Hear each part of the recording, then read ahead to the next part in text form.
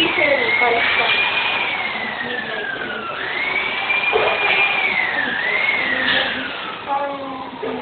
Paano niyo po ito? Hindi kasi ako talaga yung nag-design. Parang model. Ang gusto ko talaga ng customer service. Ako po, yun po talaga yung gusto ko. Ako. Ano po yung mga factors? Ano po yung mga factors? Bakit po yung fire?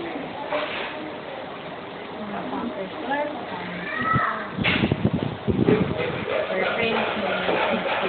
Bali yung minsan ko po, kaya po talaga nag-midwife po kami po. Kasi graduate po talaga siya. Kasi di ba hindi ko nga siya actually dito. Pero nagustuhan ko na naman nung bali second and first year ko. Nagustuhan ko na rin. Kasi wala lang talaga. So hindi ko alam yung factors kasi hindi ko nga siya nagustuhan. Saka yung decision niyo po kung i-scale po siya ng 1 to 10. Kasi po yung halos. Ano po yung, parang 8. Sa 10. Ano po? Gusto ko na ako yung kaibigan mo. Ako na yan. Gusto mo Tayo po. Ayun po. Ano po man yung pinakagusto niyo po sa profession mo? yung pagpapaan kasi yun naman ginagawa. Kaso dito kami sa hospital, hindi na kami napapaan. Bali nursing kasi Ayun po, bali hindi nga din po namin naaano yung pagpapaan namin. pero kung magla-line in pa, pwede pa. Ano po yung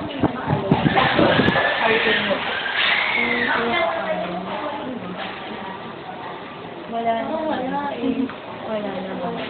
Hindi naman po ay natuto. Yung pagpapasok ko, ayaw na nga lang. Kung i-relate po natin yung pinakagusto niyo po sa profession at saka yung pinaka-ayaw po, ano po yung mas maganda? Siyempre yung pinakagusto na. Yan din po. Pinakagusto. Naniniwala po ba kayo yung inyong profession sa isi-calling? Oo. Pero kasi ako hindi ko force lang na. So, hindi talaga. Pero nagustuhan ko rin naman siya after that. Ma'am, ano po, diba naniniwala po kayo na calling po kayo para sa profession? Ano po yung parang factors po na pinaniniwalaan niyo po kaya po bagay po kayo sa profession? Ano ba?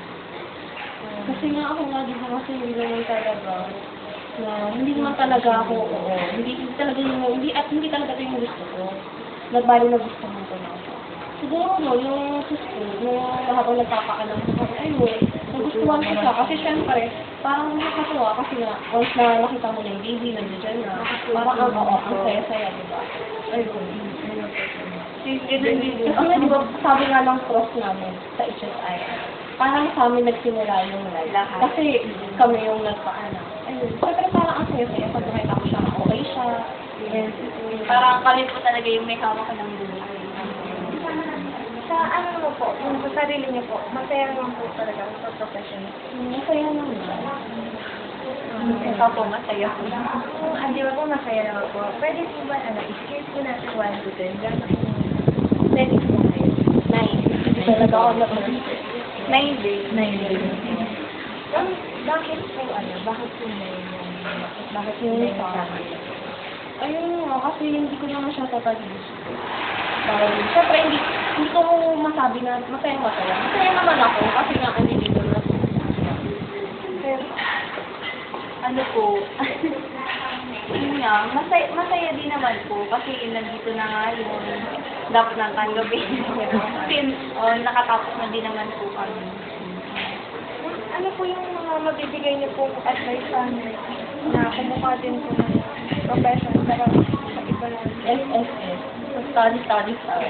Di ba? Sabi nga lagi. Ayun. Ano na po ang kompletong pangalan mo? Mary PM Reyes. Yun yung kibot na exercise.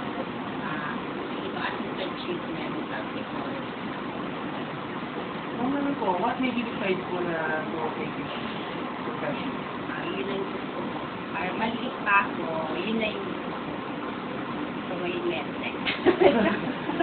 Tsaka siguro sa family, kasi yung auntie ko, medtech siya.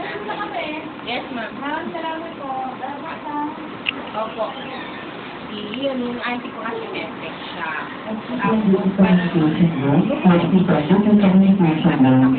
Parang sa yung kasi gusto nga sa allied health. So, yung Barcelona, yung mas pinakamaganda na yan ay medtech. What are the factors that contribute to sa nila decision making take up this profession? Sabi ko, parang challenging yung work. Diba, yung diagnosis kasi, parang makakatulong ka sa mga doctor kung anong sakit ng mga patient, para sa pasyente. Kaya, parang makakatulong. Kung ano po, tikimahin po namin yung scale of 1 to 10, and as denial. How much in this decision making, how much came from your own realization or conviction? Noon, Opo, before siya, po. 9. Mga 9 po.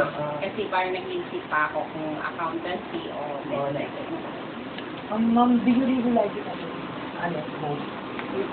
Ngayon, love ko na siya. Ano po, what is the most, in this profession that you like the most? Kasi nga, nakakatulong ako sa patient, diba? Para umalis sila, tapos nakakatulong din kami sa doktor para makita niya kung ano talaga yung diagnosis ng pasyente. Ma'am, what is in this profession that you dislike the most? Like, sa ngayon wala na. Kasi in 1988 pa kasi ako graduate, so maybe 20 years na talaga yung naging medtech ako. Sa ngayon wala na ako. Sa kaputibig lang yung natin, mas gusto niyo po yung gusto niyo dito. Para lang sila yung music po yung embrace Yung medtech. Do you believe that this profession Ma'am, ano po yung mga thoughts or indications that para po sa inyo talaga yung Para maging medtech ako. Kasi nga, yun nga, di ba sabi ko nga before, yung sabi sa inyo na nakakatulong ako sa mga pasyente. Di ba, gagaling sila kasi parang doktor na rin kasi kami, di ba? Kasi nga, kunyari, sa diagnosis kasi niya kung anong gusto nilang i-test, di ba sa amin sila nagre-rely ng mga results kung para ma-diagnose nila yung pasyente. Kung sa sarili niyo po, masaya po ba kayo sa profession na kinuha niyo po? Ayan na, wala ko na nga siya.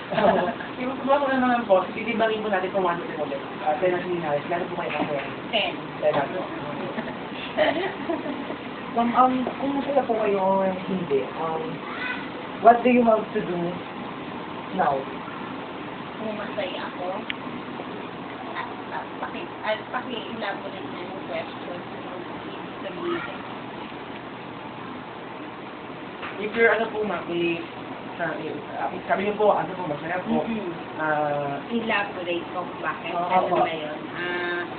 Yung laging ang reason ko is kasi parang public servant kami, di ba? Kasi nga nakakatulong kami para sa mga pasyente, sa doktor. Ma'am, ano po, last question po. Ano po magiging advice niyo sa mga professional, sa mga college students po about sa career na tinignan nila sa medical field po? May advice ko sa inyo. Opo. Siguro dapat talaga mahaba yung attention mo. Kasi nga iba yung bukasyon natin eh, di ba? Iba yung, kasi nga, ang indicator natin yung mga pasyente. Kaya i-invade sila paraan. Yan, dapat maging mahaba ang patient. Sige po, thank you po. Thank you po.